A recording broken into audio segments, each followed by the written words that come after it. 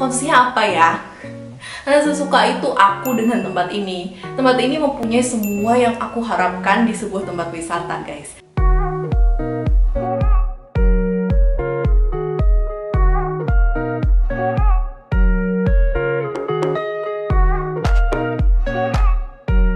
Assalamualaikum. Halo guys. Minggu lalu aku membahas tentang serba-serbi minyak atsiri atau yang biasa dikenal di pasaran dengan nama essential oil yang ternyata di kehidupan sehari-hari itu sering banget loh kita pakai tanpa kita sadari. Di situ juga aku membahas tentang 7 fakta unik tentang minyak atsiri versi Shining Shine. Nah, fakta-fakta itu aku dapat setelah berkunjung ke Rumah Atsiri Indonesia, tempat yang dulunya merupakan bekas pabrik citronella oil dan sekarang berubah menjadi wisata edukasi dan pusat penelitian minyak atsiri. Aku sih datang ke sana awal Maret 2020 guys, 2 minggu sebelum virus COVID-19 benar-benar mewabah di Indonesia. Sekarang mah aku di rumah aja kok. Hei, kamu juga ya. Loket tiket masuknya terletak persis di depan gerbang sebelum tempat parkir. Aku kirain itu pos satpam sih.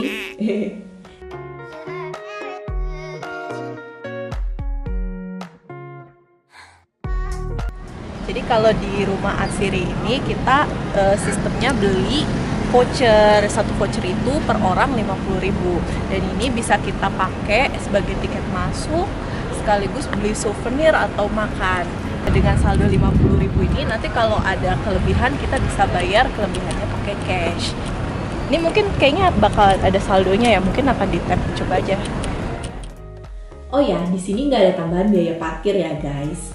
Rumah Atsiri ini adalah bekas pabrik citronella oil hasil kerjasama antara Indonesia Bulgaria. Sempat beberapa kali pindah ke pihak swasta, akhirnya pada tahun 2015 berhenti beroperasi sebagai pabrik dan dibeli oleh PT Rumah Atsiri Indonesia untuk dipugar.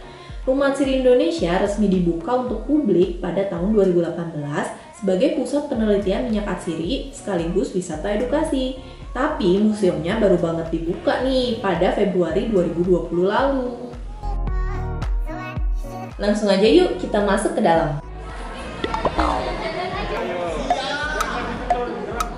Di lobi, staf yang standby langsung nyamperin kita nih. Mungkin karena lihat kita kebingungan kali ya. Karena suara yang gak jelas aku narasiin ya. Intinya musim lagi full guys, baru kosong jam 3. Sedangkan sekarang baru jam setengah 2. Lalu apa yang bisa aku lakukan? Kata mbaknya bisa ikut tur taman dulu. Tapi kita udah ketinggalan sekitar 10 menit sih. Ya aku bilang oke boleh lah. Aku langsung daftar dan langsung cus ke lokasi taman.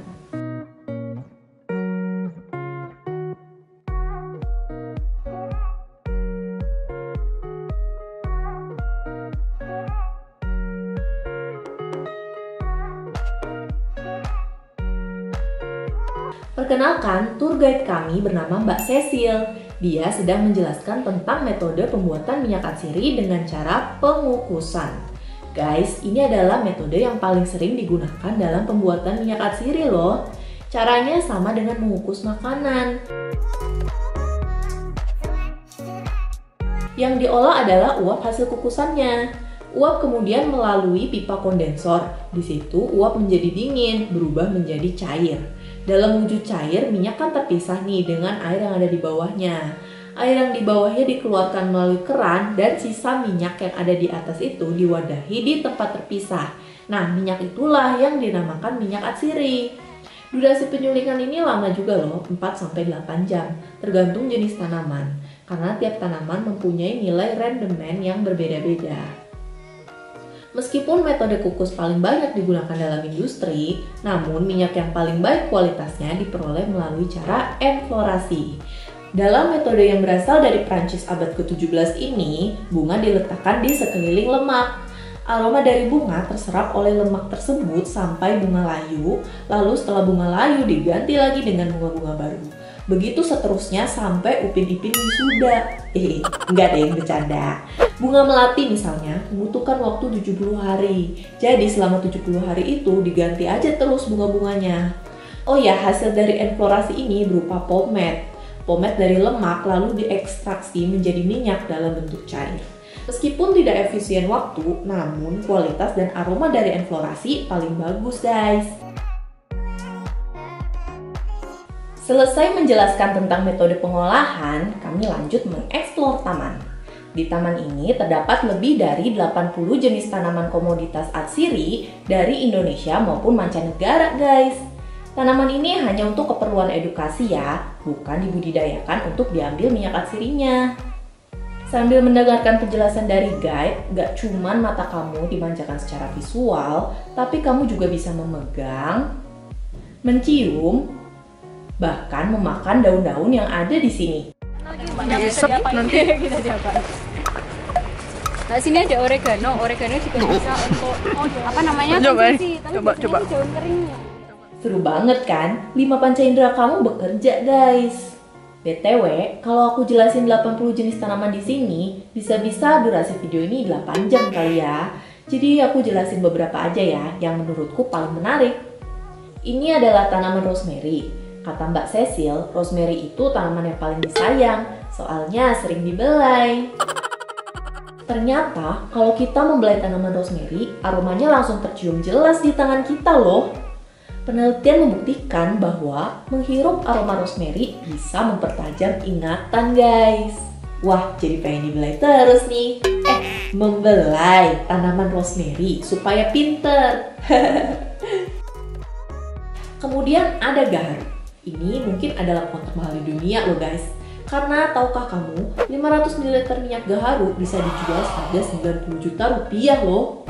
Ternyata untuk mendapatkan minyak gaharu prosesnya sulit bin ajaib guys. Jadi pohon gaharu baru bisa diproses ketika sudah berdiameter besar sekitar 5-10 tahun. Caranya sekeliling batang pohon dibolongin pakai paku, lalu disuntik bakteri atau virus melalui lubang itu. Sistem imun dari gaharu akan menyelimuti virus yang masuk, lalu lama-lama menghitam dan mengeras, bernama gubal. Gubal inilah yang diproses lebih lanjut untuk diambil minyaknya. Tapi resikonya pohon yang sudah disuntik bisa nggak tahan dengan virus sehingga bisa mati. Kalau mati ya pohon kan nggak bisa lagi digunakan ya kan.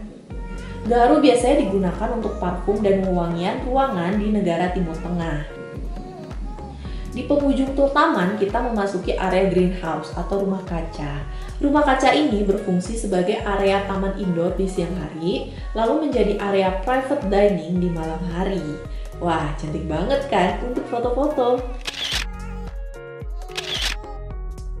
Sampai sini berakhirlah tur taman kami, karena udah mau jam 3. Kami harus lanjut ke museum supaya nggak ketinggalan tur museumnya.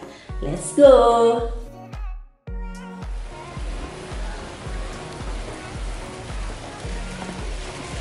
Ya tadi kan kita udah selesai tur tamannya, sekarang kita mau ke museum, tapi harus nunggu dulu nih. Tadi udah daftar, udah tulis nama, dan kita dapet jadwal jam 3:30. Udah tinggal 10 menit lagi, jadi yuk kita ke sana. By the way, taman depan museum ini namanya Marigold Plaza. Bunga-bunga di sini diganti tiap 3 bulan sekali. Pas aku kesini bunganya ungu, padahal lebih cantik kalau pas warna kuning ya, kayak foto di internet ini nih. Nah, udah dipanggil nih peserta turnya. Sama seperti itu taman, kami juga ikut kelompok tur museum bersama guide. Iya dong, supaya pinter kita. Nih, kali ini kita ditemani oleh Mas Budi sebagai tour guide. Yuk, mari kita langsung explore Museum Atsiri.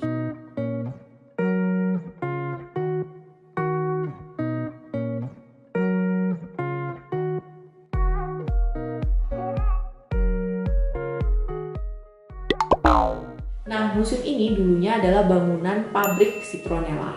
Beberapa bagian sengaja tidak dipugar untuk menampakkan bangunan aslinya. Museum ini melebihi ekspektasiku sih. Ternyata dalamnya artistik juga ya. Lihat aja, pada saat menjelaskan sejarah minyak atsiri dari berbagai belahan dunia, ada bilik-bilik yang memvisualisasikan masing-masing peradaban kuno. Untuk menambah poin seni lagi, di sini juga ada hasil karya dari tanaman atsiri. Gimana? Keren nggak? Yang paling kece menurutku adalah digitalisasi tanaman atsiri dalam ruangan ini. Wah, kekinian banget kan?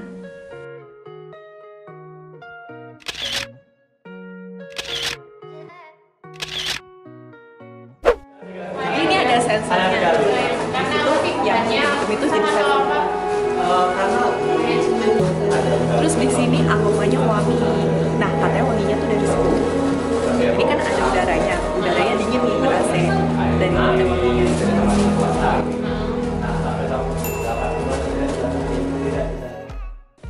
Kemudian di sini dijelaskan macam-macam kegunaan minyak atsiri. Untuk mood yang kita inginkan pakai minyak apa, lalu untuk masing-masing penyakit pakai minyak apa, sampai bersih-bersih rumah itu pakai minyak apa aja sih. Ternyata minyak atsiri itu jenisnya banyak banget ya, dan punya fungsinya masing-masing. Keren!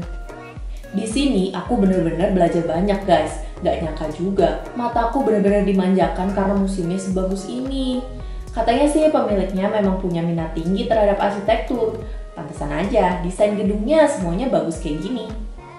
Pintu keluar museum langsung nembus ke toko souvenir. Bisa aja nih, barusan kita dijelasin macam-macam khasiat minyak atsiri kan? Kan jadi pengen beli semua. Harganya macam-macam, kamu bisa cek di website Rumah Atsiri Indonesia. Beli online di sini juga bisa loh. Oh ya, minyak ini tidak semua diproduksi di sini. Hanya tanaman serai dan palmarosa saja yang dibudidayakan dan diproduksi minyaknya di kawasan Rumah Atsiri ini, tepatnya di kebun ini nih. Kemudian di sini juga ada toko merchandise yang lucu-lucu. Lalu kita kembali deh ke lobby, kita ke tempat jual tanaman. Dari awal kita emang udah niat sih mau beli tanaman di sini. Ini oregano. Ini rosemary. Ya. Ini mint sayur. Ini Basil. Harganya 1 cup 25.000. Gini Mbak, 80.000 ya? Kalau itu cara berfestival harganya 110.000. Oh, beda-beda tergantung ya. Oke, ini 3 minggu setelah dari Rumah Atsiri. Ini tanaman basilnya tinggi banget, sudah subur. Terus nih tanaman mint dan ini rosemary. Masih wangi. Yang oregano mati guys. Nggak tahu kenapa, kekurangan air atau terlalu panas mungkin suhunya ya. Bentar lagi udah jam 5, waktunya tutup nih. Padahal belum semua tempat sempat kita explore, termasuk restoran. Oh no. Ya, nggak sempat makan di sini deh. Jadi kalau kamu mau berkunjung ke Rumah Atsiri Indonesia, sebaiknya sih dari pagi ya guys, jangan kayak aku kemarin siang-siang. Karena tur museum itu udah 1 jam, tur taman 1 jam, itu udah makan waktu 2 jam sendiri. Total ya minimal kamu bisa menghabiskan waktu di sini selama 5 jam, udah termasuk makan, jalan-jalan, shopping dan sebagainya. Dan kalau dari pagi, enaknya udaranya masih segar, masih sepi. Lalu siangnya setelah dari Rumah Atsiri, kamu bisa lanjut jalan ke tempat wisata lain. Karena di Tawangmangu itu memang banyak banget tempat wisata yang hits. Rumah Atsiri Indonesia berlokasi hanya 1 jam dari kota Solo, tepatnya di Jalan Watu Sambang, daerah Tawangmangu. Oh, tutup sementara guys, karena virus corona. Nanti kalau tempat ini udah buka, aku akan update keterangannya di description box ya. Oke, seperti biasa, aku akan mengulas pros and cons, kelebihan dan kekurangan setiap tempat wisata yang aku kunjungin. Tapi untuk kali ini, Rumah Atsiri, aku agak bingung sih. Konsnya apa ya? Tempat ini mempunyai semua yang aku harapkan di sebuah tempat wisata guys. Dari mulai keindahan tempatnya, nggak usah ditanyain lagi deh ya. Kamu udah bisa lihat tadi di the whole video, indoornya artistik, outdoornya cantik ya kan. Dari segi fasilitas di sini udah lengkap banget. Bahkan rencananya di sini akan dibangun penginapan dan wedding hall juga loh guys. Mantep kan? Tur taman dan tur museumnya sih menyenangkan banget. Pokoknya kamu rugi deh kalau nggak ikut dua-duanya. Sebenarnya kalau mau lebih mantul lagi sih, kamu bisa ikut workshop. Di sini juga ada workshop yang mengajarkan kita tentang cara membuat minyak atsiri, sabun, hand sanitizer, aromatic slime, dan lain-lain. Yang terakhir, harga tiket masuknya nih. Kalau di sini dalam bentuk voucher seharga 50.000, aku udah menghabiskan dengan tur taman 20.000 dan tur museum 30.000. Untuk dapat kedua tur ini dengan harga 50.000, itu menurutku udah worth it banget sih. Itu dari segi kelebihannya. Terus kekurangannya, mungkin gini sih ya, waktu pas tur museum, disitu kan diterangin tentang kegunaan minyak atsiri itu apa aja. Aku pengen banget tulis itu semua, catetin, karena itu informasi yang menarik banget. Akhirnya aku fotoin, tapi ternyata hasilnya kurang bagus juga ya kan, karena digital terus kurang gede gitu loh, kurang gede tulisannya. Nah, sebaiknya sih lebih bagus lagi kalau misalnya nih untuk setiap peserta tuh museum dikasih buku atau buklet yang berisi tentang penjelasan informasi tersebut. Memang sih aku tanya ke petugasnya, belum ada tuh buku kayak gitu. Jadi mungkin ini bisa jadi masukan ya untuk bikin buku tentang Miyaka Asiri. Udah sih, itu aja. Overall aku sangat menikmati kunjunganku ke Rumah Asiri Indonesia dan ini merupakan salah satu tempat terbaik yang pernah aku kunjungin selama ini. Next time kalau waktunya udah memungkinkan untuk jalan-jalan lagi, aku akan bikin lanjutan deh tentang video ini di Rumah Asiri Indonesia. Sekaligus aku akan mengeksplor tempat-tempat wisata hits lain di daerah Tawangmangu. Gimana? Oke? Stay tune terus ya di channel Shining Sign dan jangan lupa subscribe untuk support aku membuat konten-konten informatif lainnya. Bye-bye!